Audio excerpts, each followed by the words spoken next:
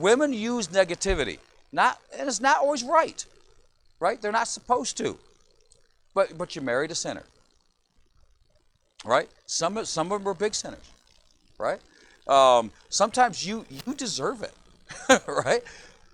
But still should have come, right? No, it shouldn't come, but it's going to come. And as a man, if I want a happy home, we all do, right? We want a home that we have to learn to respond to negativity correctly, because negativity is going to come. Now, this obviously is Christianity 101, right? It's the whole world. Negativity is going to come. And the difference between a Christian and the world is how we respond. The fruit of the Spirit are responses. I respond in love. I respond in joy. I respond with peace. I respond in gentleness and in goodness and in meekness. It's a response to the stimulus of the world, right? You want to find out what's inside? Squeeze it. That's what you find out what's inside somebody, right? This is an apple or an orange. Squeeze it. You'll find out. What's next? The honorable husband, here, foolishness, trying the same thing, right? Or saying the same things over and over, again, hoping for a different result, right? That's foolishness. Many of men destroy their own homes, right? Many of men will destroy their own homes because they'll react to negativity improperly, right? And when we do, obviously, we can destroy things. Many of men are intentionally destroying their home. I don't know any man that gets up and says, you know what, I want to destroy my children today. You know, I mean, we don't do that, right? We're good-willed men. We're good-willed guys. We don't get up thinking, I wonder how I can hurt my wife. You know, there's a lot of women that believe that. You know, how many guys, you know, your wife thinks you're brilliant, and you planned this whole thing out. And I'm just like, honey, I'm not smart enough to figure that out, you know?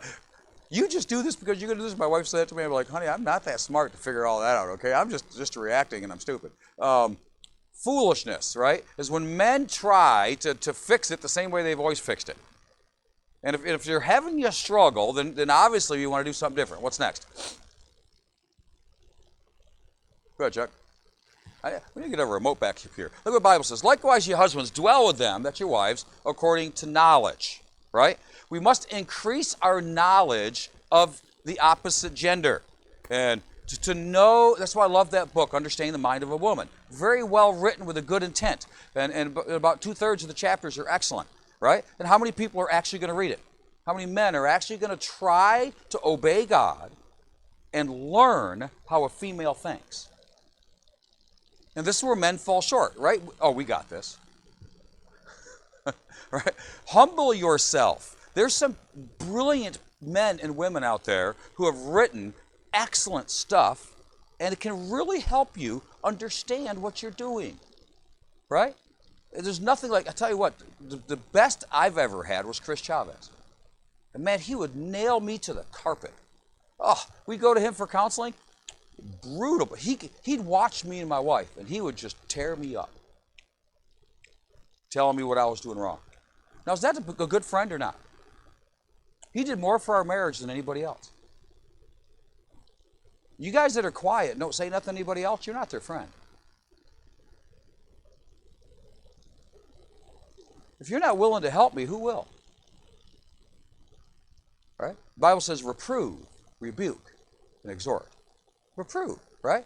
Be quick to open your mouth. You know, brother, you're heading out to talk to your wife that way. It's not working.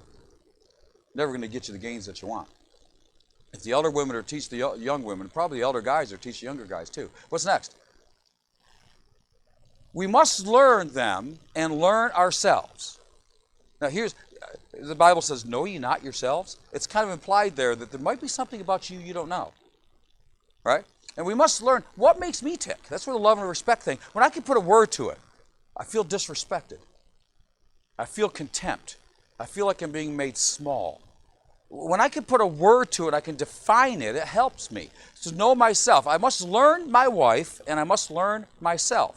Well, won't that come over time? Yeah, but you wrecked her by the time you figured it out, okay? There's better ways to learn than experience. I love that one saying, right? How does it go? It says, experience is a sore teacher, but some fools will learn by no other. Does it hurt to put your hand over a car tire? I don't know. Try. Oh, yeah. You know, if you need to do that, if you need to smoke to find out that it's addicting, if you need to drink to figure it out that only fools drink that alcohol, if you need to do that, if you need to snort some cocaine to figure out how bad it is, you're nuts. All right? There's books on that. Here, let me show you. There's easier ways to learn than experience, right? Don't wait for your divorce to figure out that you're not a very good husband. Don't wait until your kids are 15 and your daughter's screaming at you and will not listen to you to figure out that you don't know how to raise kids. It's too late. And it's one thing about, I was recommended recently a book by Jim Binney. It's excellent. Hard to get now, it's out of print. But it's called Teens in Crisis. And he had raised a child who had alcohol fetal syndrome, therefore couldn't tie together consequences with actions, and he ended up on death row. And Jim Binney gives some of the experience of what it's like and what it is, but he also gives how teens in crisis. Well, the trouble is the book's about how to raise kids so they're not in crisis. Don't wait till your kids are in crisis and your teens to read that book. Get that book where your kids are this big, right, when they're 6, and learn how to raise them up so you don't end up with teens in crisis. And that's really what that book is about, and it's dynamic and excellent, excellent book. And I would suggest that book for all new parents, or somebody who wants to raise up a child for the Lord. It's called Teens in Crisis. I bought one for somebody recently. I don't know if they're here. I don't know who it was. I don't remember. But we must learn ourselves, and we must learn our wives. If we are in sin, we are in sin if we don't study to show ourselves approved unto God. Study what? The female gender. How many know they're like weird? Right? I mean, they're just, it's an anomaly to us, right? And so we should study it. Can it be figured out? You're never going to be a girl. Praise the Lord, right? Don't worry, guys. You're not going to get in touch with your feminine side. Okay, it's not going to happen. You don't have one. But you can figure them out, right? And God has commanded you to. Dwell with them according to knowledge. Well, what if I don't? Well, then I've sinned. And it's not hard, right? It's pretty simple. Basic Christianity. What's next, brother? And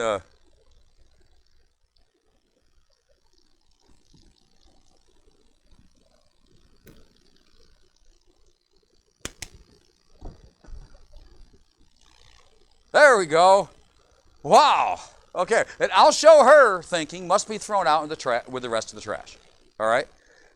Revenge is mine. Bad thinking will always lead to bad actions. Right? And this is the tough part.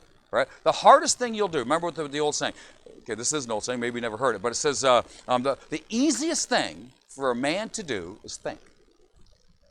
The most difficult thing for a man to do is think well. Capturing imaginations. Right? Bring into captivity every thought. Don't think you're out of control of your thoughts. You're not. And God's going to hold you accountable for them. Right? And this is where my thoughts, I have to get rein in my thoughts. Right? Bad thinking will lead to bad actions. Go ahead, brothers, next. And Hebrews 10:30. Vengeance belongeth to me, I will recompense, saith the Lord. And again, the Lord will judge his people. Right? Don't worry, if your wife is sinning, God will take care of it. Right? Who was it? Fusco. Brother Fusco, he'd say to the ladies, if your husband's being bad, just duck. Right? Because when God swings, you don't want to be in the way. And just duck and let God hit them, right? And that's the idea. Now, this is basic Christianity, right? Avenge not yourselves. You just bring that into your home. When's the last time your kid said, so why did that to me? And you say, well, avenge not yourself. Don't try to get even. It's not your place. Yeah, but you know what they did to me? Yeah.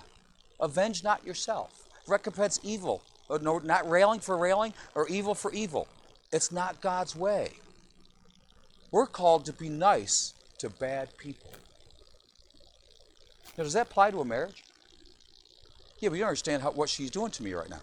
I do understand. Some of it. I'm married too. And they're close to your heart and it hurts. But God says, avenge not yourself. Oh, yeah, but wait till she sees what I do. Now, we don't think that way, right? But when the wife sneers, do we yell back? Do we come back with the same kind that they come to us? Right? This is where God's calling upon the head of the home In the book, I read it tonight. I don't think it's in the slides. It says something along the lines of God. Something about when your wife does wrong to you. God has not called us to something. I can't remember what it says to avenge or whatever. But he says, but he has called on the man to take the hit. You're a man. Take the hit. Right? Take the hit. Christ did. Right? Literally. And he took the hit. You say it's not easy. No, it's not easy to take the hit. What's next? Maybe it isn't here. When feelings of contempt are high, and that happens, right? She is when she's in disrespect and she's saying something. My wife said something today, and if I didn't know her, it would have been very disrespectful. But knowing the context of it, I was able to just be like, I shouldn't mean it that way. But if it was the wrong way, the feelings of contempt can come high, right? And self-centeredness is obviously her problem. You guys ever noticed your wife gets self-centered? Well, of course she can, right? Of course. Well, what do, right? And she could not be much worse. Now, there's times your wife is possessed, right? She can turn into that little demon. She can. She can be a horrible sinner, right? I mean, she is capable of terrible sin. Well, as a husband, what am I to do? Right? What am I to do? You can't shoot her, right? Should we? Can't avenge ourselves. Can we take the hit? What are we supposed to do, right? She couldn't be much worse. What's next, brother? Stop. Now, we saw this last week. Didn't we see this last week? We didn't see this last week? I get confused because sometimes I move ahead and go back, right? What? Oh, 2 weeks ago. Did we see this 2 weeks ago? Brother, we saw this 2 weeks ago, didn't we? I remember the stop sign 2 weeks ago. We're in the next section, brother. But we'll keep going on this since you started. We beat up these guys last week on this. All right, keep going. All right. Your focus is on you. What is she feeling right now, and how are those feelings generated, right? We just went over this. You guys didn't recognize this as twice, or did you? How many of you recognize this as another one? Sharon did. None of the guys did? We're gonna go into Rachel and Leah, right? All right, go to the next section, Chuck. The next section. Let's go to the next section and pick that up. So anyway, this. Remember that last week we went over and we saw how Jacob and Leah says, "Now my husband will love me because she gave him a son. Now my husband will dwell with me," when she gave him the fifth son. And what does she want? Her husband to love her, her husband to dwell with her, right? At the end of that, it said we can't stonewall, we can't leave, we can't walk away. This whole idea of focusing on what is she feeling right now when she's coming back with contempt or a sneer or she's hurting. And the focus, remember I said go clinical rather than personal. I can sit and watch a relationship and figure out what the lady's feeling and see what the guy's done wrong. But when I'm doing it to my wife and she's coming back negative, it's harder for me. Why? There's personal involved. And when my daughter's the same way, and Brittany some way, he'll come back. It's more difficult for me with Brittany than it would be with me and your daughter and you. Why? Because when I'm watching you, I'm in clinical mode. And I can put my feelings aside and dissect what's happening in somebody's mind, right? How does it make you feel when I act like this? How does it make you feel when I just walk out of the room? You ever ask your wife that? How does it make you feel when I don't answer your questions? How does it make you feel when I do this? I noticed you're hurting right now, honey. Have I done something unloving? And those are the kind of questions that can come out and can just settle things right down, right? It's not accusatory. Remember I said we can't be accusatory. We can't blame them. Guys are good at this, aren't we, guys? I shouldn't ask the guys. Aren't they, ladies? Aren't the guys good at blaming and making the woman come out with guilty feelings? You find the next section, Chuck? Yes, we did. The stop sign came flashing up, and we went. Does this go to Rachel and Leah? All right, let's keep going. All right, let's keep going. I think it's gonna. You cannot motivate her through unloving her. But I don't know how to love her right now, he exclaims. Right? So here she comes. She's obviously in sin. What am I as a man of God to do? To try to bring her around to stop sinning. I can't do that through not loving her. Any action, yelling, sneering, domineering, walking away, any of the unloving actions will never help. right? Remember I said trying the same thing? You've been doing that for years. Stop, right? Those won't help her. What are we supposed to do? Remember that? The red letters flashing? Yeah. That's kind of cool. Remember, ask her. Right? Well, that's a novel idea that flew over our heads, right? What can I do? I don't know what to do. How about asking her? Keep going. Keep going. Right? That's the when she's a black widow spider. Remember that? Personal attacks never work, right? That's called ad hominem, right? When at the man, when you attack the person rather than the problem. Keep going. Keep going. The goal is to express your feelings, not the truth of them, and not the rightness of them, right? I want to express my feelings to her, but I don't want to express the fact that my feelings are right. They do exist, but they're not probably right. That's important, right? Not the truth of them. We went over that, and we underlined things and highlighted them in red. Keep going. Keep going. Keep going. We should go to the next where it says love and respect. There's some. Sorry, Chuck, I would have brought you a number. Don't stonewall. Respect takes guts, page 95. We read that last week, I think. Keep going. Gentlemen, take the hit. Dr. Godman advises men to avoid conflict if they want their marriage to work. Yeah, keep going. Is there another one coming up here pretty quick? I don't remember that part. She will vent her feelings as a way of maintenance on the marriage. Remember that. Did we go through that? I go ahead and back up a couple slides. They said we did. I don't remember that part either. But, well, we'll just pick it up right here. Well, that's good right here, right? We are not designed to enjoy contempt, but God has called us as love as Christ loves. So, gentlemen, take the hint. I did put that in here. Don't stonewall, right? We are not designed to stand in the realm of contempt. This will drive a man away. So you're sitting there with your wife or with your daughter or granddaughter, and there's an area of contempt right there. Our desire is to flee, right? But God says, men, love as Christ loved. It means I can't flee the situation, right? I'm called as a man conquer the situation, but I can't do it ungodly. How do I conquer a contemptuous woman? With love. Right? And that's the thing, right? I'm to take the hit, right? I am to suffer. If you remember, in love, there's always an element of suffering and a possibility of suffering. And it's always built into love, right? How much does Christ suffer because he loves you? Is he still suffering because he loves you, right? Love is vulnerability, open myself up. So I take the hit. Sometimes I have to correct my wife and take a hit, because she's going to get mad at me if I say this, but I have to. You see, you take the hit. Don't stonewall. What's next, brother? I think we just said something like that. Dr. Gottman advises men to avoid, that men do not avoid conflict if they want their marriage to work. And this is something I see a lot. You know, well, what are you doing? I don't want to make things worse. You're conflict avoidance. That's not how you make your marriage work. Right? Somebody who avoids conflict can be called a coward. Well, I don't know what to do. Oh, now you're on the right track. Why don't you just admit that to her? Well, that would make me vulnerable. Well, we're worried about. She loves you. She's your wife. And men who avoid conflict destroy relationships. Right? And you say, well, I'll be a conflict monger. Well, if you know what that is, it's a logical fallacy. I've given you two choices.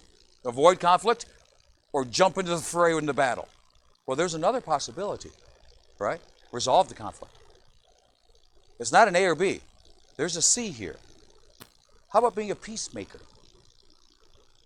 Pursue it and ensue it. Blessed are the peacemakers. How do you make peace?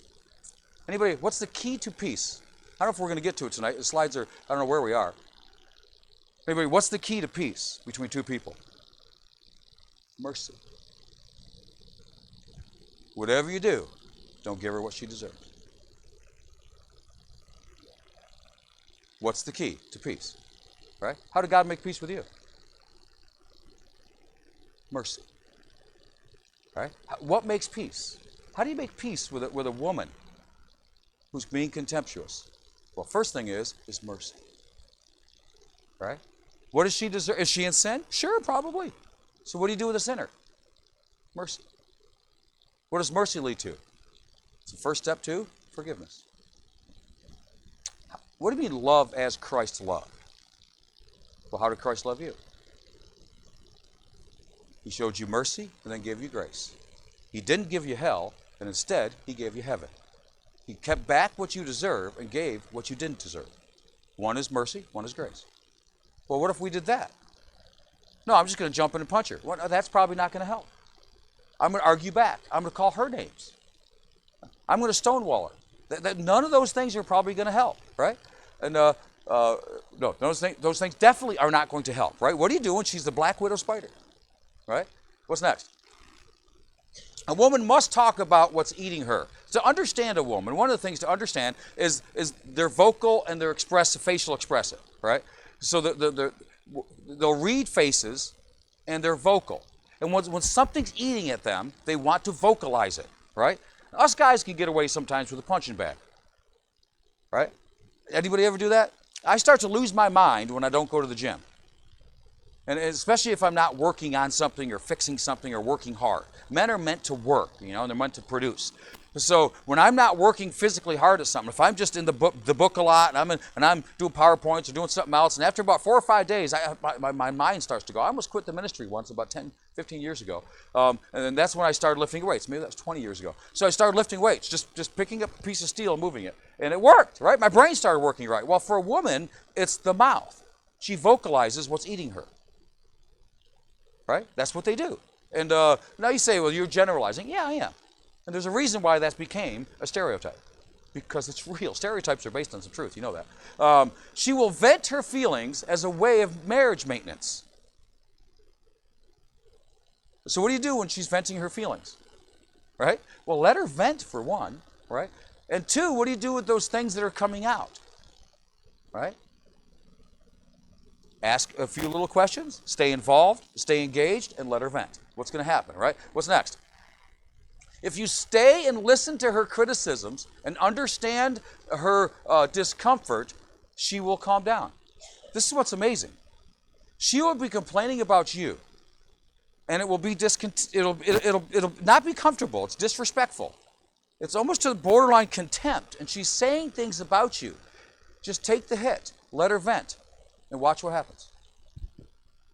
And all of a sudden, she starts calming down. Matter of fact, what's really cool is usually it's not long. Okay, it's forever when you're listening. But, 10, 15 minutes, she'll apologize to you. Just because you stayed and listened and tried to understand. Instead of coming back and defending yourself. Instead of avenging yourself. And it's absolutely amazing, right? If you stonewall, it might escalate. She'll just say worse things about you. It'll get worse. If you walk away, if you won't listen to her, but you let her vent, you let her do. This is her maintenance marriage. This is what she's doing. She's got this pent up on the inside, right? And she needs your help. And she's calling upon you to love. And God's saying, love her. Well, how do I do that? Love her by listening intensely, but not avenging. See, but what she's saying is just downright mean. Take the hit. And watch what happens. Watch what happens. It's absolutely phenomenal what happens. All right? What's the number one complaint of teenage girls about their fathers? They don't listen. You know what they'll say to me? They don't even know who I am. I get one sentence out, and I spend the next 15 minutes listening to a lecture. They're so quick to tell me everything rather than just trying to listen and understand who I am. Right? Do we fall into that, guys? Sure we do, right? Right? Because we know better. Okay. Listening, right? If you stay and listen, even to the criticisms. When's the last time you asked your kids how good you're doing as a father? When's the last time you asked your wife? How am I doing as a husband? Where do I fall short? Well, you're great. Okay, I know my strengths, but I'm blind to my weaknesses. She'll probably be scared to say something because last time she tried, you went off the handle. But if she got comfortable and was able to say it, would you want to hear it? And what would happen if you listened to it for 15 minutes? You'd heal her, and she'd love you more than you've ever understood. And the respect would start coming out of her in ways that you've never known. Why? Because this is what God's called us to do. We're men. We take the hard part. We bear the load. Why? To heal them. And it brings peace to the home. It's absolutely phenomenal how this works. Go ahead. Now, for this is thankworthy. If a man for conscience sake, this is so good for marriage. If a man for conscience sake endure grief, so you're putting up with her, right? Oh, she's so mean right now. I mean, there's flames in her eyes. There's venom in her mouth. She's the black widow spider, and she's saying things, and she's sticking her claws in me. And this is all emotional, right? We feel it, guys, right? Suffering wrongfully. What if what she's saying is not true about you at all? God says, this is thankworthy if you endure that. For what glory is it if when you be buffeted for your fault, you take it patiently? Go ahead with the next verse. But if, when you do well and suffer for it, right? You do well, right? I told you a story about the guy with the birthday card, right? How he went over, well, finally got his wife a birthday card. He's so happy, he gives it to her, and it was a Christmas card. She just was just so bad because he never even read it, Or it was a Christmas card birthday, I can't remember what it was. But if you try to do well, but even when you do well and you suffer for it, God says that's thankworthy. If you suffer, now apply that to a marriage, right? If you take it patiently, this is acceptable to God. When a wife beats on you for being good, God says, you're doing well. For hereto were you called, because Christ also suffered for us. Leads an example that we should follow in his steps. Right? This is, if you continue reading, it doesn't keep going, does it, Chuck? It doesn't go to the next verse, does it? No. In the next few verses, it's going to say, for now you are returned to the shepherd and bishop of your soul. And what it says in that section of the scripture, it tells us that through Christ's suffering, Christ brought us back to the shepherd. Because his suffering draws me to God. You want your wife to be drawn to you? Suffer for her. And it draws to you. Right? You return to the bishop of your soul. How did God win my heart? By suffering for me. It's what love is. Herein is God's love for us manifest, and that he gave himself for us, right? This is how I find true love, right? What is true love? Is when you suffer for somebody. But I did right, and you suffer for it. Why? For their gain. Now that's love. No, it's a gushy feeling. She makes me feel. If that's how you start out in love, you're in trouble. Because she ain't always going to make you feel that way. Some days she's going to make you feel little, like she's going to talk to you like you're a third grader. Right? And what are you going to do? Right? And this is these verses, just basic Christianity, applied to the marriage, applied to the husband of the home, radically transforms the home. Right? She'll think you're the greatest thing since sliced bread. And if you got it right, you would be. What's next? Instead of running from her when she's angry, move towards her and let her move towards you. Let the venomous darts fly. Be ready and willing to die for her. That's a high call, isn't it, guys? This love, listen, ladies, we feel bad that you have to respect us because we're not always respectable. We feel bad that you have to submit and trust that God will lead through us, even though we're pig-headed and don't like to follow God. That's not an easy role for a woman, to trust the Lord that he's going to lead my home through him. And I feel for a woman that's called to that role. But let me tell you guys, what we're called to is no picnic. Okay? The love that God has set us to is up here. Right? Husbands, love your wives as Christ. Wives, submit as the church submits. Oh, that's not too hard. The church is pretty rebellious. Husbands, love as Christ. He died for me. You have to die for her. And how do you do it? Let the darts fly. She'll never have to worry about me avenging myself in words or deeds. I don't just walk away and get away from her. Why? That's revenge. No, it's not. Yes, it is. What's next? Some guys go to the point where they want to leave just to show her. Our reaction, there's been suicides. People commit suicide just to show up. Oh yeah, watch this. They kill themselves. Yeah. I'll show them. Because now they'll have to live without me. Our reaction will be in love. Either love of self, in self-defense or self-preservation, or love of her and concern for her hurting heart. When she's full of venom, right? And I like that picture of the giant black widow spider, and they're coming at you with all their claws and their venom, right? Why? What's troubling her? What's happened in the heart to change this dear loving woman into the black widow spider? She's suffering. Do you care? It's your wife. Or you cared about yourself. Are you worried about self-preservation and self-defense?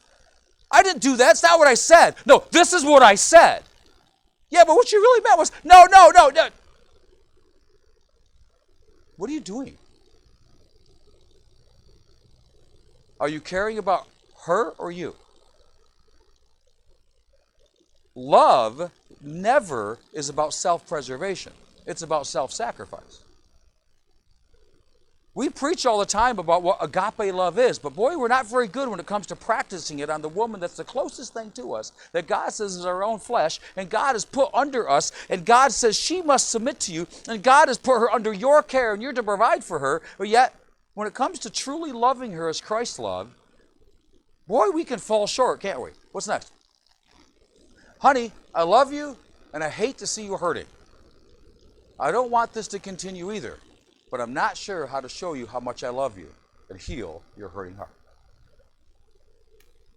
Perhaps we should write that on the mirror. We could rehearse it every morning. Honey, I love you, and I hate to see you hurting. I don't want this to continue either, but I'm not sure how to show you how much I love you and to heal your hurting heart.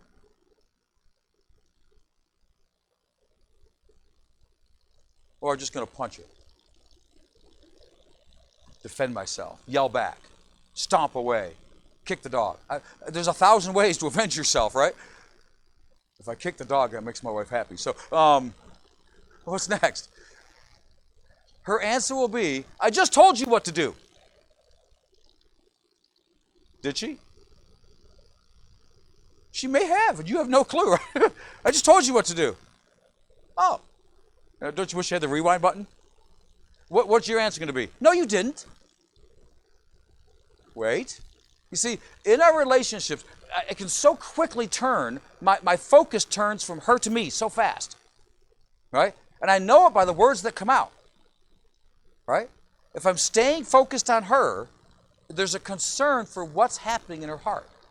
And then what happens, though, is when I do something good, honey, I know you're hurting, babe, and I know I've done something to help create this, but man, I just don't know what to do right now. I don't know how to help you. Can you help us? And she comes back, well, I just told you what to do. What are you, stupid? Are you expecting her to change instantaneously by your sweet words? No. What happens? Now what happened? Why are you going to avenge yourself now? Because your expectations weren't met. You expected that if you came back kindly and gently and concerning for her, you're going to see her change instantly. No, you're not. So when she doesn't change, what happened? She just proved that you're a facade and a fake. You're not really concerned about her. You were just trying to manipulate once again. Because you immediately get right back into yourself. So, well, it didn't work. I tried that. Well, what'd you expect? Her to trust you instantly? You've been a jerk for 15 years, and now you're going to be fine. 15 minutes, you did good. Right? I mean, no, it doesn't happen that fast. I'm just kidding. You're not that big of a jerk. But Right? Well, I just told you what to do. How many guys hear that, right? I just told you what to do. Or I just, some kind of an answer like that, right? Right? Well, if you just would listen to me. Well, if you had anything good to say. That's what the focus turns on self. Why? Because she just stabbed me. Now remember, you're sitting in a pew. And I'm sitting next to you. I take a needle. I go, I poke you. Right? Then I do it again. What happens? Pain creates anger. Eventually, you're going to get mad at me eventually, right? Why are you poking me with a pen? Right? Pain produces anger. Whether it's emotional pain or physical pain or even spiritual pain, it produces anger eventually, right? The Lord looked upon them being grieved in his heart with anger. Jesus Christ became angry from grief of their unbelief. Pain. That's what grief is, right? It's an emotional pain. That answers Gethsemane, by the way. So, what happens? My expectations aren't met. I was hoping this would turn the situation around as I tried to care for her. Now those expectations aren't met. It hurt what she just said. Pain. How am I going to react to it? They plucked out his beard. They spit in his face. They humiliated him, hung him up naked. They put nails through his hands. They whipped his back. They beat him. They punched him. They covered his face and punched him and said, prophesy. He didn't avenge himself. And it won my soul. How am I going to win her? Okay, what's next? But I need to understand you more.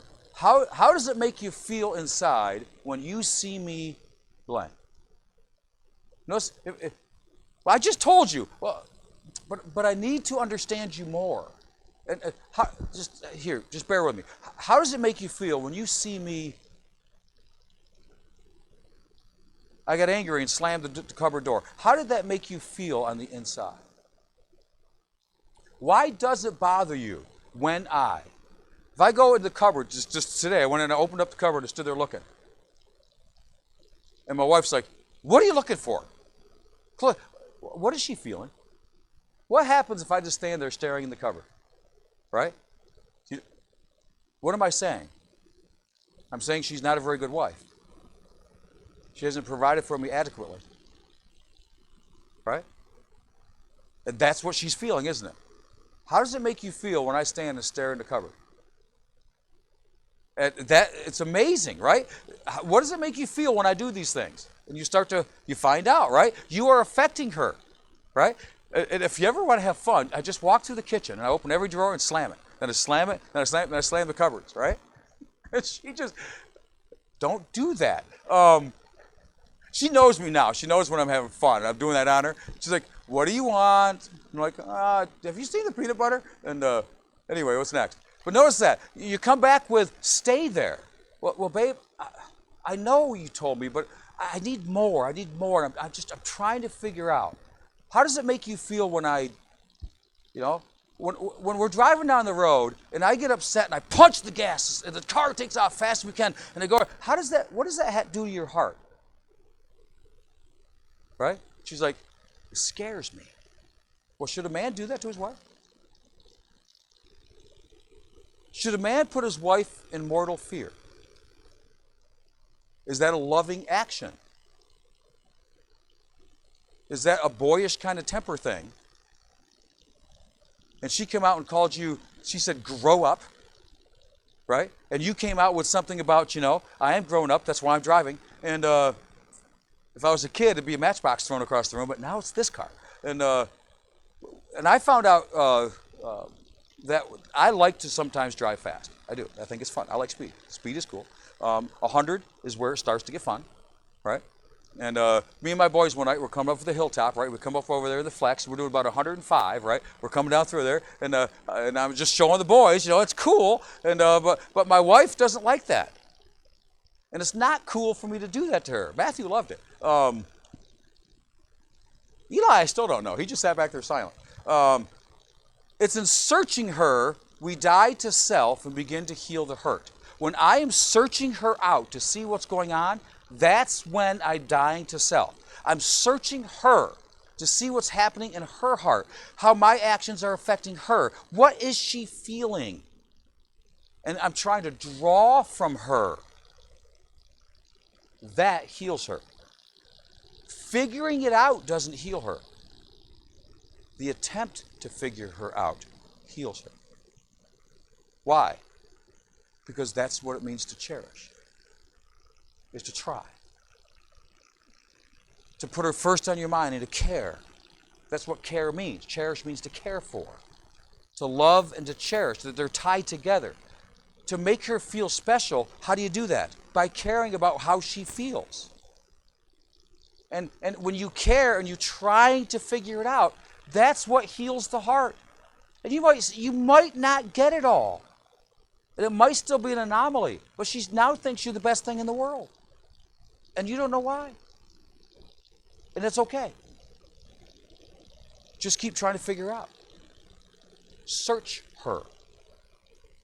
It's amazing. It's amazing. You might be able to tie this together, by the way. Because there's somebody that has a candle that searches the innermost being. And every dark spot of your soul. And every door he opens. And he cleans the cobwebs out. Why? Because he loves you so much, he searches you. Figure that out. What's next? Do you know how good it is that God searches you? Why would he take the time to do that? Doesn't he know? He's omniscient. Oh, we could have some fun with that. As anyway, it is the willingness of the husband to, no matter what, that will win her heart and God's pleasure. No matter what it takes, no matter how much it hurts, no matter what she says, she'll never stop me from searching her. She could not possibly drive me from this world.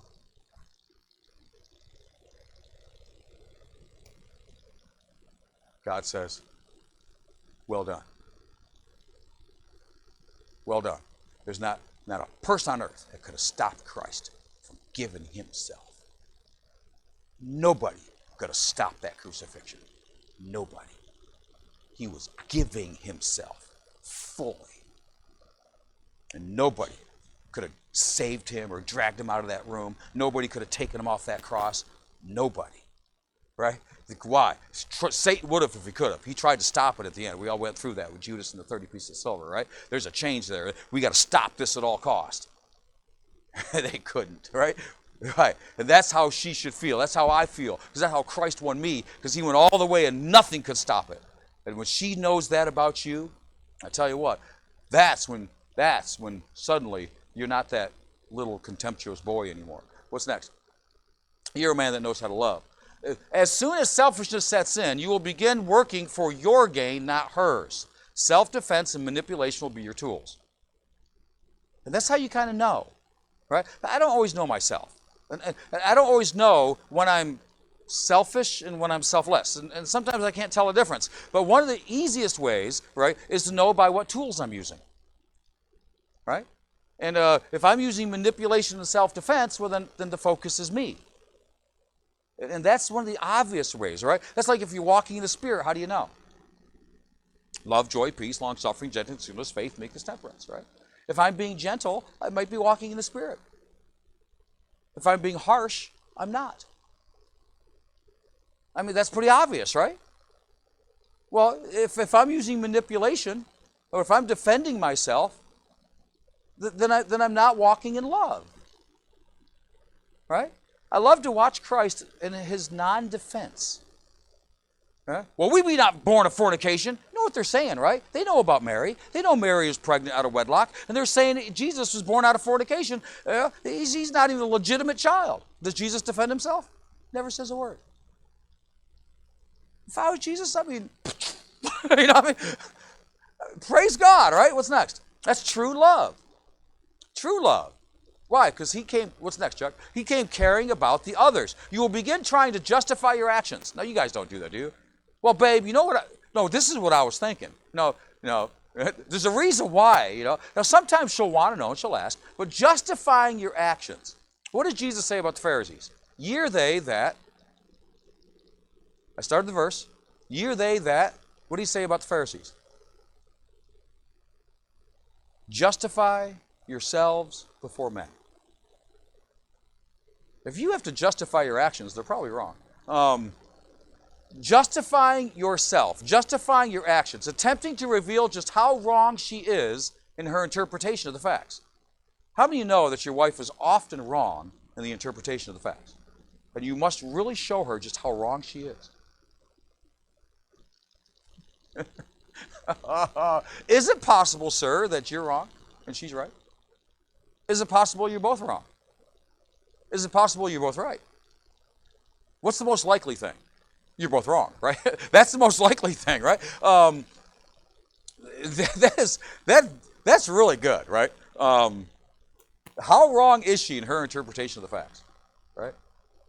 I mean, generally, guys, when you get together with the guys, we as a whole have a tendency to think women are stupid, right? About manly things, right? You give her a tape measure, right? And right? You ask her to read it. She doesn't read it right, you know. Women, yeah. Really, guys, really? Her interpretation of facts can't be right because we know how to read a tape measure. Oh, then she says, honey, she asks you to go to the store. She wants you to pick up something. And she says, it's like nutmeg. You're like, nutmeg? Where do you buy stuff like that, right? You know, and she'll tell you what aisle, what shelf here. And she can't read a tape measure. I mean, I can't figure it out. Oh, wait, maybe there's a different kind of mindset. My wife sends me for the strangest stuff to Walmart. You know, be like, milk and eggs and this and then. How do you find that? Well, now they got the Walmart app. She tells me what aisle, where at, what shelf, and then she sends a picture. That is good stuff. All right, what's next? If you can get her to feel guilty for hurting you, you feel like you won. You ever do that to your wife? Make her feel guilty for hurting you. Then I won. The battle's over, but man, you're far from victory. You're losing the war, okay? Women are prone to guilty feelings, right? And kids, don't let your kids learn that about their mother, right? Kids, they prey on the mother's guilt, right? And it will make them feel guilty because it's not hard to make a mom feel guilty, right? Because moms are in charge of everything, right? They're the managers of the home, you know? And this is what I do. I open the cupboards. What is my wife feeling? Right? What are you looking for? There's a guilt sense there, right? And we're good at turning the table to make the wife feel guilty, right? And when she feels guilty, then there's an apology, and then she's more of in a submissive role, and she realizes her faults and the true interpretation of the facts. You know, she messed up, and now, guys, that is not love. That is not love. If she is guilty, then what's love?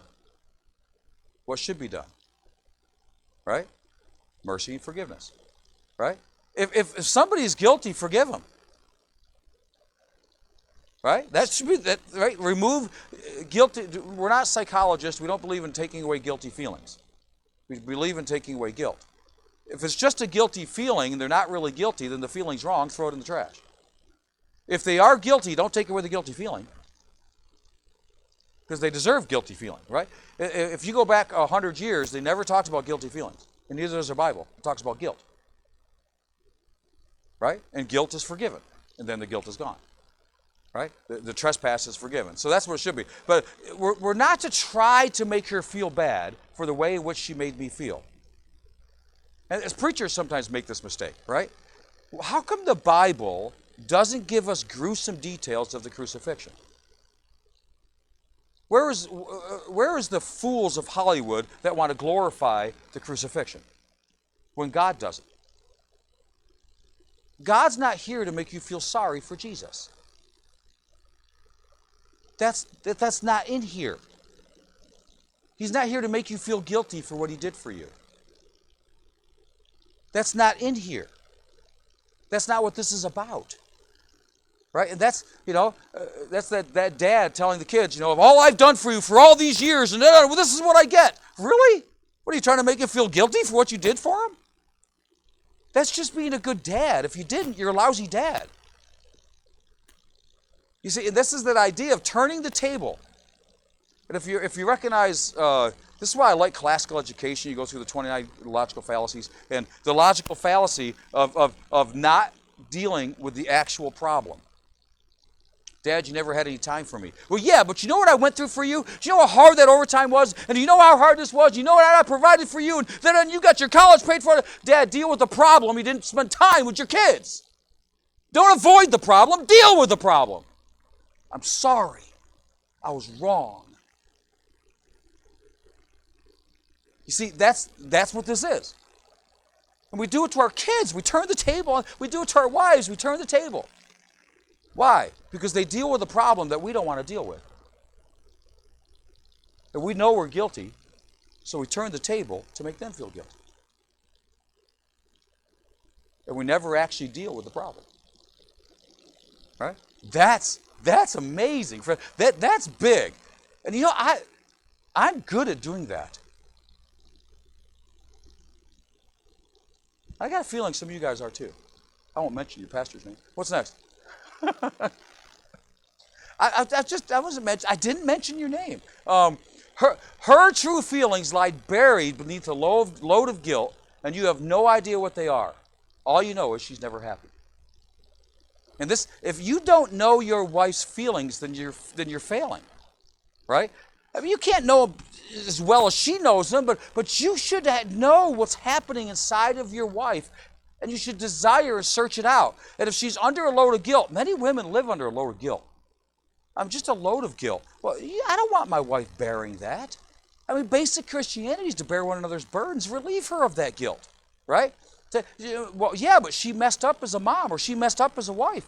Okay, forgive her. It's forgiven. It's gone. It's under the blood of Christ. It's over.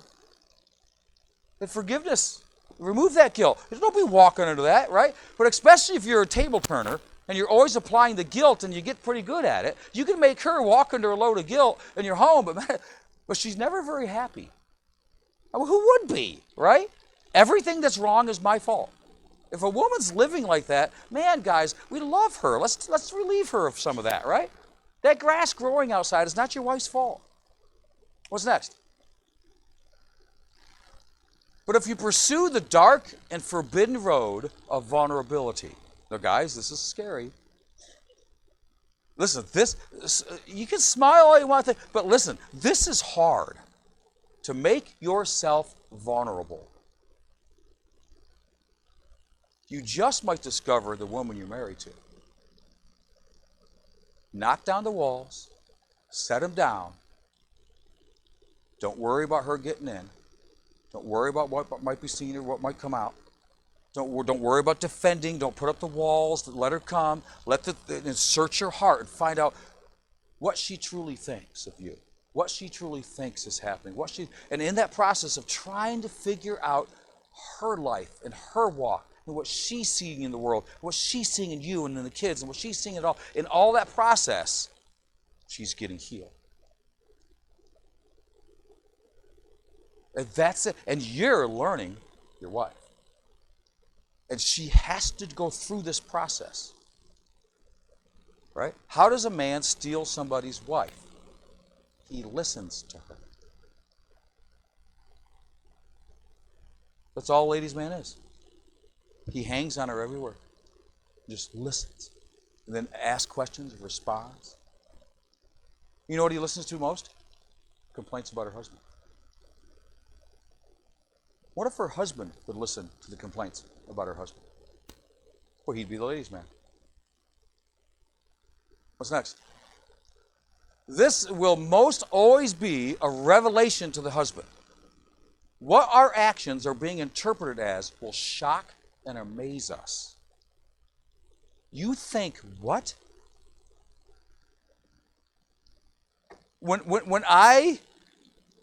It amazes me. Like if Maggie will jump up on the bed, right? She stinks. Oh, this wet weather. Oh, she stinks. And Maggie will jump up on the bed, and I'll put my arm around Maggie, and I'll rub her belly. Yeah.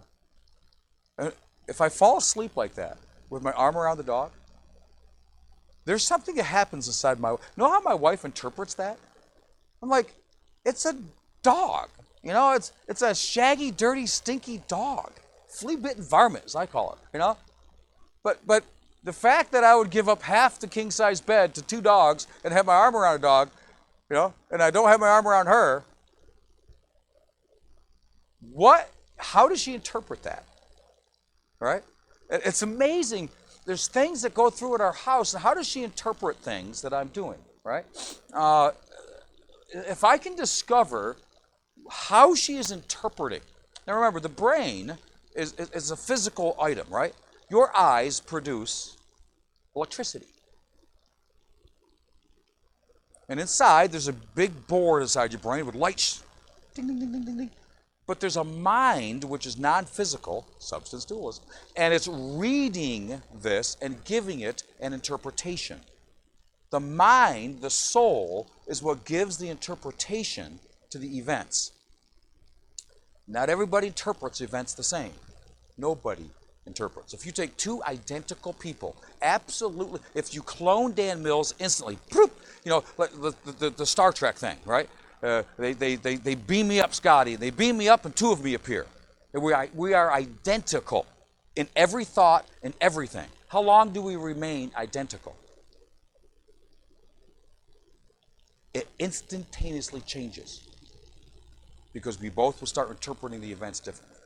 Because the mind that interprets, this is why identical twins carrying 99% of the same genes can be so different, because the way in which they interpret things changes immediately. And no two variables are ever the same. That's why you can't have two of the same people. Never can, never will. God created it that way. Why? Because he likes variety. Right? And you would instantaneously begin to change. Instantaneously. Why? Because two minds will never interpret two things the same way. Ever. The interpretation is different. How is your wife interpreting the environment? How's my wife interpreting our move? How's my wife interpreting the buying of that trailer? How's my wife interpreting certain things? My wife interprets my fear in a weird way. When I get nervous about something, and I express that to my wife, if I'm nervous, she's about to die. You know, and how she interprets it, then I'm like, oh, okay, I think I'm talking my way through it. I'm like, I think I'll do that. Yeah, I think that'll work. Meanwhile, she's just, I mean, oh, what in the world? You know, the way she interprets things, like, well, what's going on? What are you worried about? I mean, her interpretation will shock and amaze you. You know, how she's reading things, right? You walk through and Rowan says, Papa, and I just keep right on walking and go downstairs. And my wife hears that. How does she interpret that? You know? Your stuff is more important than your grandkids. Is that true? No. Is that her interpretation? Yes. And to see how she interprets things. Is she wrong? Does it matter? Get right and wrong off your plate. Get right and wrong off your plate. It doesn't matter. It's an interpretation. It's subjective. Right? And remember subjective reality? Remember going through years ago we talked about subjective reality? What I take in as subjective reality is my reality. The key to counseling is figuring out somebody else's subjective reality. Why does one person's drunk father destroy them and another person's drunk father empower them? They both came from homes that were a wreck, but one became empowered and the other one was destroyed. It's because of their interpretation of the events. There hath no temptation take you, but just as common to man. Other people have gotten through the exact same thing as you. Why are you using it as an excuse? There's no temptation taking you that somebody else hasn't already conquered. They beat it, so can you. It's your interpretation that's destroying you, not the event. And to get this, right? This is what God comes in all the time. Changes the way we think. I always say God is going to take your brain and he's going to take the same stimulus but change the way you interpret it. Right? God is in control. It's passed through his desk, right? All things work together for good. God is too big to do anything wrong and too strong to ever be thwarted and too smart to make a mistake. And as you go through who God is and what God is and God is love and God can do all this, it changes the way I process information, right? which does what? It changes my interpretation of events, which does what? Completely, radically changes my life. Right? And this is the whole idea of what is the interpretation.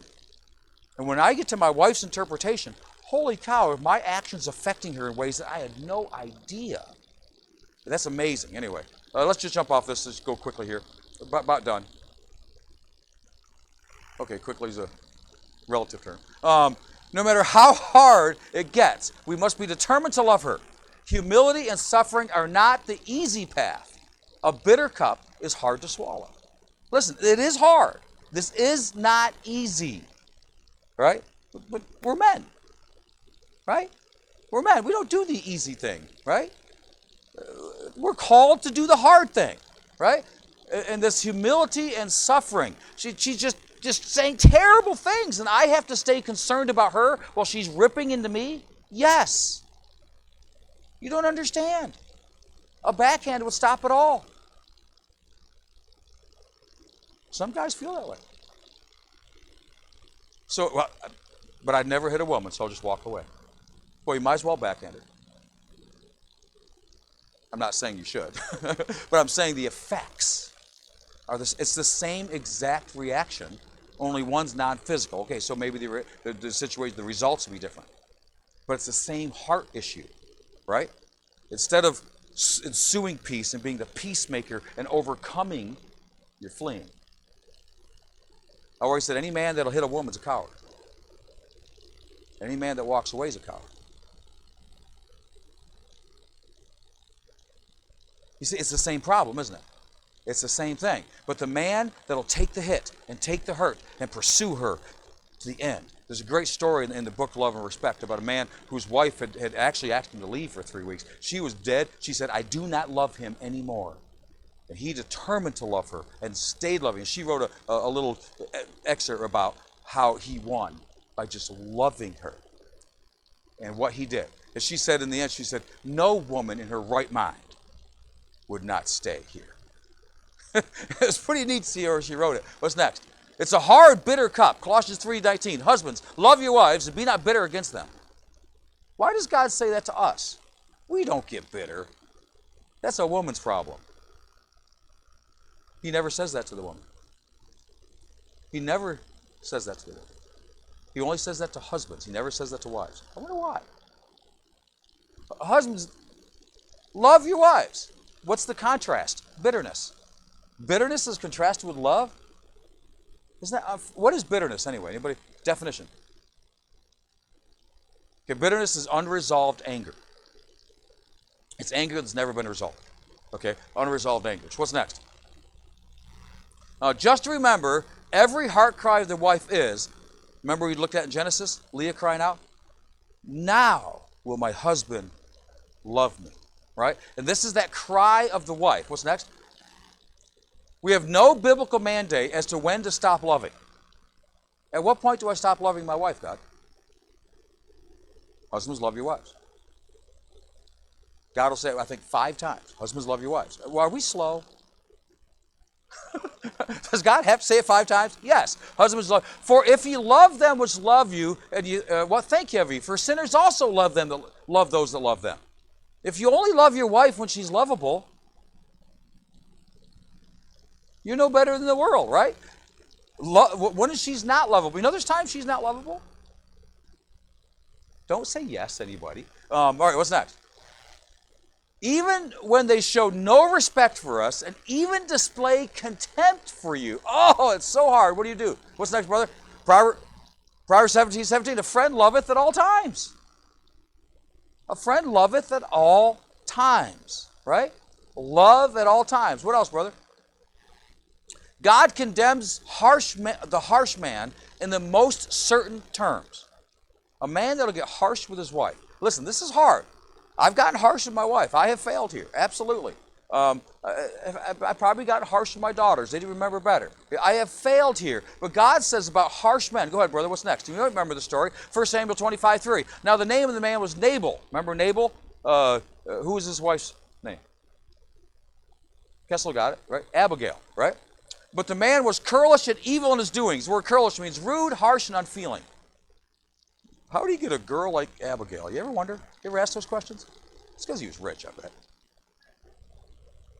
I bet he was, right? He was a rich man. I mean, Abigail was beautiful and sweet and godly. How did she marry this guy? Must have been an arranged marriage, right? Boy, did that dad mess up, right? Curlish and rude and unfeeling. That's who she was married to, right? What's next, brother? Let not, my Lord, I pray thee, regard this man of Belial. No great. This is Abigail speaking later. She's talking to David. She says, my husband is a man of Belial. He's curlish, he's rude, and he's harsh, and he's unfeeling. And he's a man of Belial.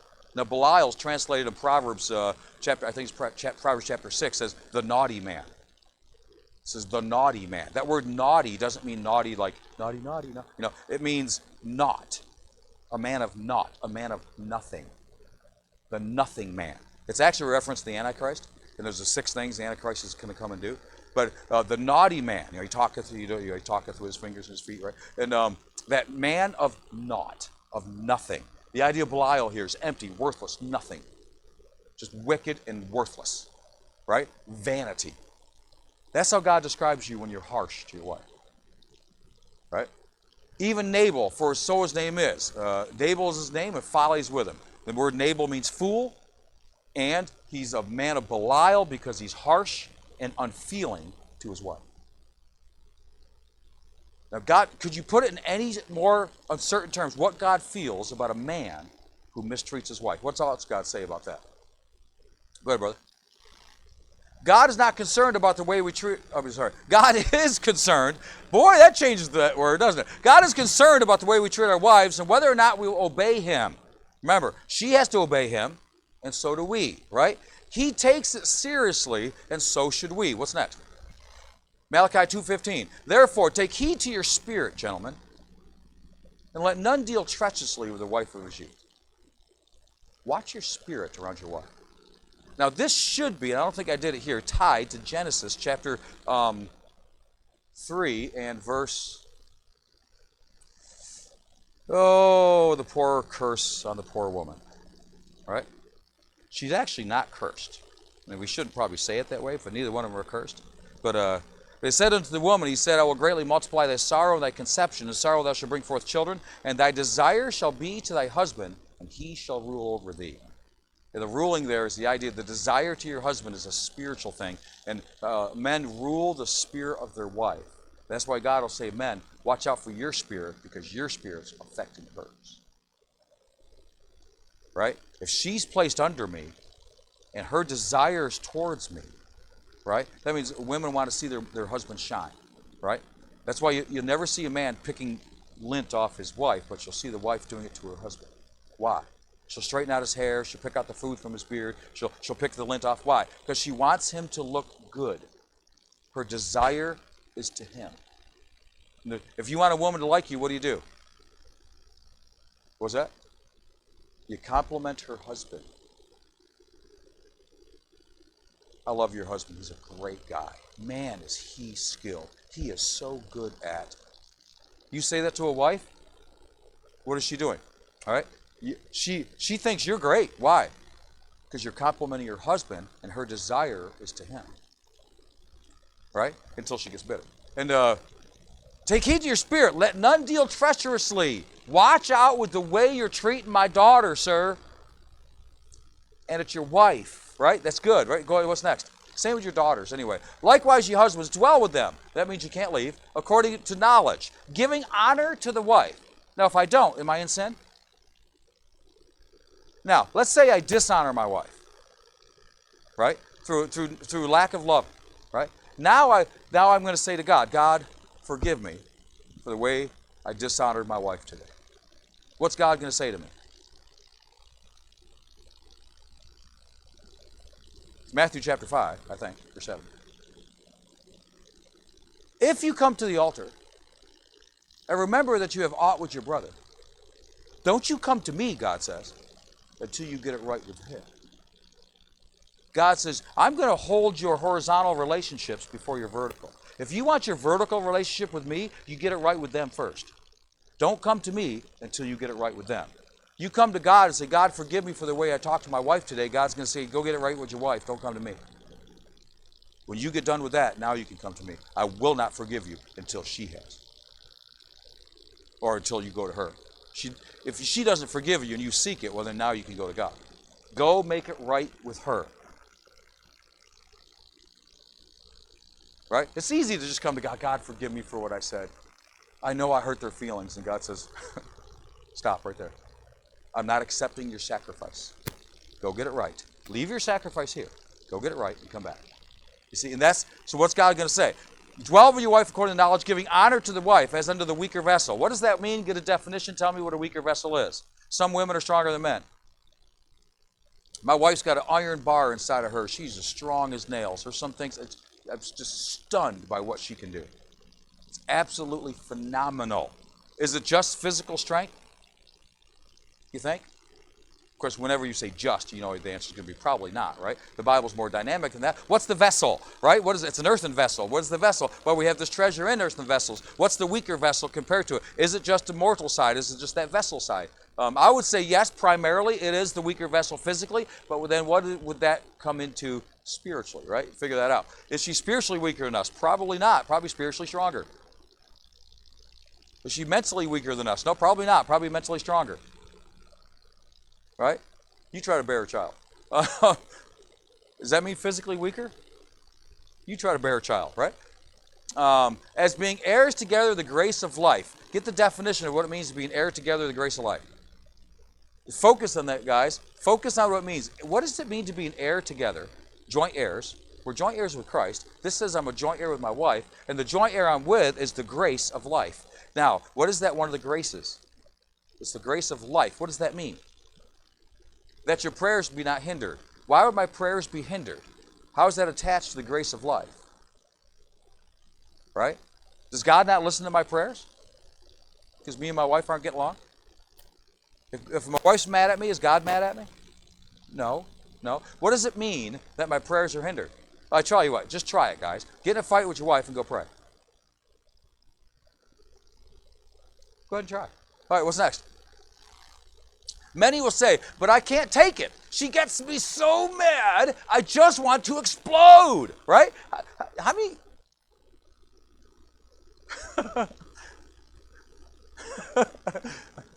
That was a nice reaction back there, guy. What was that about, right? Anyway, so what happened? What's next, Chuck? And this can happen, right? But will exploding gain you the peaceful home that you desire most? Right? Yes, you want to explode, and you feel like you're going to explode, but would it help if you did? And this is where the rational side of man can come in. Will it help if you do? Will exploding help? It'll make me feel better. No, it won't. Will it give you the peaceful home that you want? Will it help your wife? Will it help the situation? No. Have you ever gotten back and like you're working on your car and it just doesn't something and you just get back and kick it? Did it help? No, it hurt your foot. That's all that's going to happen. These explosions don't help. You got to get that through. That will not help. And I did it before. It didn't work. If I do it now, it won't work. The fool is the person that tries the same thing over again, expecting different results. Exploding is not going to help. Not rendering evil for evil. But she's being so evil. True. But you're not allowed to get evil back. Rendering not evil for evil. There's an assumption in there. What's the assumption? The other person's evil. How many are married to an evil woman? Of course she can be evil. Of course she can be a sinner. Of course she can. What are we to do? We can't render evil back. Now remember what evil is. There's a difference between evil and wickedness. Right? God says, I create evil. Right? Isaiah chapter 44. So 44? 45? 44? Somewhere there. Evil there is the idea of calamities. Right? God's in charge of things. You know, a problem happens. God can bring a whirlwind. God can do stuff. And that evil things that seem to happen. This idea of evil. Or railing for railing, right? What would happen if my wife cursed me out? First of all, it'd be surprising. I haven't heard my wife curse in a long time. You know? But if my wife got mad and cursed me out, can I curse her back? Right? Not railing for railing, but counterwise a blessing. Why would I bless that? Anybody, any ideas? Right? What's the blessing you give to somebody that curses you out? Oh, come on. This is Beatitudes. Blessed are ye when men persecute you, revile you, and say all evil against you falsely. For great is your reward in heaven. You see, you say nice things about me, I get no reward. But when you say evil things to me and I give you a blessing, I have a reward in heaven. See, my friends don't give me rewards in heaven. My enemies do. You understand that? All right? If you take it patiently, it's good in the sight of God. You want to hear, well done, good and faithful servant? Bless when you're cursed. Especially from somebody you love. Knowing that ye are thereunto called, that ye should inherit a blessing. Notice the inheritance of a blessing as a result of you blessing those that curse you. That's crazy, isn't it? You mean if I suffer for her, I can get a blessing from God? And what would be the greatest blessing? A peaceful home. And a happy wife. What's next? All right, let's get her done. It is imperative that both Christians, stay in the spirit of forgiveness. Now we'll go back to both of us, right? Not holding a grudge against each other. Mercy is the key to communication. You cannot hold a grudge, right? You cannot hold a grudge against your spouse. Both of you. It can't be held. Let it go. It's not gaining. But he hasn't suffered for what he did. Let him go. But she hasn't suffered for what she did. Let him go. The desire to make them suffer for what they did is the opposite of Christianity. We don't want people to suffer for what they've done. Otherwise, you want them all in hell. No. We don't want a sinner to get what they deserve. And especially in my home. Let it go. It's not worth hanging on to. But you know what they did to me? Let it go. Don't seek revenge for that. Well, if they don't apologize, I won't. You better, or else you're going to be trapped for life. Don't ever give away your power. Well, if they don't do it, okay. So you're trapped forever if they don't do it. Who's in control here? You just gave your whole life to them. You know what? If they never even look at me again, I forgive them. They never have to apologize. They never have to ask. They never have to pay back. They never have to do anything. I forgive them. Why? Because I'm going to walk in freedom. And Christ will set you free. Mercy is the key. Never hold a grudge. What's next? Matthew 22. Then came Peter unto him and said, Lord, how oft shall I forgive my brother sin against me, and I shall forgive him, or my spouse? Even 7 times? Yeah, he said, yeah. The Pharisees said, what, 4? But he went beyond that to 7. It's just odd that he would say 7. I mean, probably no figure there about 7, probably no big deal. 7's not a big number in the Bible. And Jesus saith unto him, I say not unto these 7 until 7 times, but 70 times 7. That's 490, and I think that's in Daniel chapter 9, and I think that means forgiveness extends in the church age until Jesus comes back. Maybe you want to study that out. Why would Jesus say 7 times 70 to 490? There's 4 periods of 490 years in our Bible. Check out the 490s, and you'll figure out how your scriptures laid out, how God laid out the Bible. And you'll see how far forgiveness extends and when it ends. And it ends at 490. Was it 490 years until the Babylonian captivity from the time they entered the land? Why were they 70 years in Babylon? So they got their Sabbaths. How many Sabbaths did they skip? 70. How do you get 70 Sabbaths that they skip? You know, the Sabbath rest of the land every 7th year. So if it's 70 years that they skipped the 7-year Sabbath, that's 70 times 7, that's 490 years, and what happened? What is Jesus saying there? Anyway, that's just for tidbits. Oh, you mean forgiveness extends until Christ comes back. And then what happens when Christ comes back? He judges. Huh, what's Jesus saying there? A lot more than we think, isn't it? Anyway, but basically, keep forgiving. What's next? Take this truth home. So 490 times a day, you can forgive your wife for doing the exact same thing. Praise the Lord, right? That helped me so much when I was a smoker. Because I was wondering, how can God forgive me for smoking when I know I'm about to have another one in less than an hour? And God said, I told you to forgive somebody 490 times a day. You don't smoke that much. I'll forgive you 490 times. How many packs of cigarettes that is? Divided by 20. That's a lot of cigarettes. I didn't smoke that much. What's next? So God can easily forgive me 20 times a day, right? A pack a day? Yes, He can. Right? But this is not fair. They don't deserve it right now. What's it say next, Chuck? It's not about rights, it's about Christ. That's a good statement. We'll end there tonight. Holy cow, I'm sorry, went too long. It's not about fair, it's about Christ. Aren't you glad it's not about fair? Right? We all say, I'm glad I didn't get what I deserve. If I got what I deserved, I'd be in hell tonight. Then you look at your wife and say, I'm going to give her what she deserves. Right? And what's God say about that guy that doesn't forgive when he's been forgiven so much? Right? He says, you're going to get delivered to the tormentors. And you're not going to be released until you paid all. Now, I don't know what the tormentors are. I got a list of them in my Bible. There's a list of tormentors given in the Bible, and I wrote down there, I got about 12 tormentors that were delivered to for those people who will not forgive.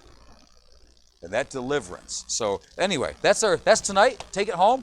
Husbands, love your wives as Christ loved the church and gave himself for it. Right? That's what we're to do. And love always involves a suffering element. But it's also wonderful. Right? Wonderful. It produces the home that we all want. The home we all want. Right? I can say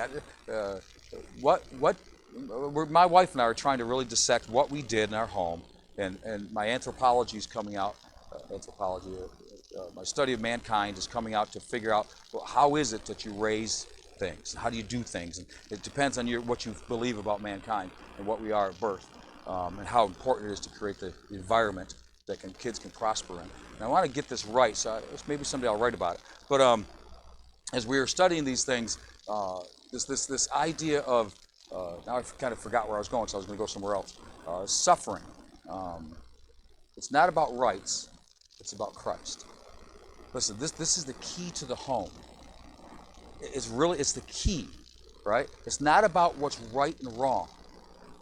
And when you're looking at two kids and they're arguing about a toy, they're pulling back and forth, it's not about who had the toy first. That's rights. And if you deal with that, you're missing the heart. Shepherding your child's heart will deal with that. You're missing the heart. And if you stay with your kids and you say, hey, let's do what's right, you're missing out. It's not about rights, it's about Christ. All right? Because Christ is about love, and love isn't about what's right and what my rights are. Right? And that's not what it's about. Are those two kids loving each other the way Christ would have them love? Or are they both being selfish? What's the problem? It's not rights. And if you don't deal with selfishness and the lack of love for the other, then you're missing out entirely in raising those kids for the Lord. You see, this is where it's not, unfortunately, the baby boomer generation was focused on a very logical right situation. That's why it produced the 60s and 70s, the rebels. So if you go back and think Leave It to Beaver was wonderful, you're missing something. It produced the 60s and 70s. Why? What did they miss with the rights when they came out? Just listen to the people of the 60s and 70s and listen to what they felt and were feeling on the inside. Right? And why did the 80s produce what we have now? What are we doing that's producing what we have right now? What is our generation doing that's producing the kids today? What are we doing wrong? What has our homes missed? And this is because it's not about rights, it's about Christ. And when we start getting our homes focused on Christian principles and not our own, it radically transforms everything in our house. And that's the key to it all, right? It's about boy, I tell you what, if you only love people when they deserve it, wow.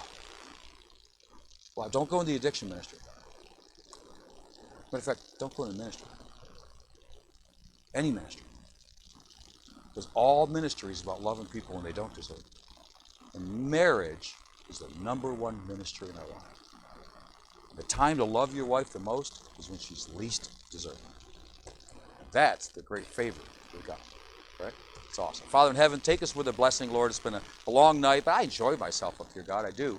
I enjoy doing this, refreshing my mind. I hope it's a refresher to all of us maybe and some others listening, God, a refresher course, a reminder course of what it means to be a Christian. I bear the name of Jesus Christ. I am not worthy to bear that holy name, but with all my might, I desire to put forth my best effort to carry that name with honor inside my heart. Thank you, God, in Jesus' name. Amen. Good night. Run, flee before I start talking.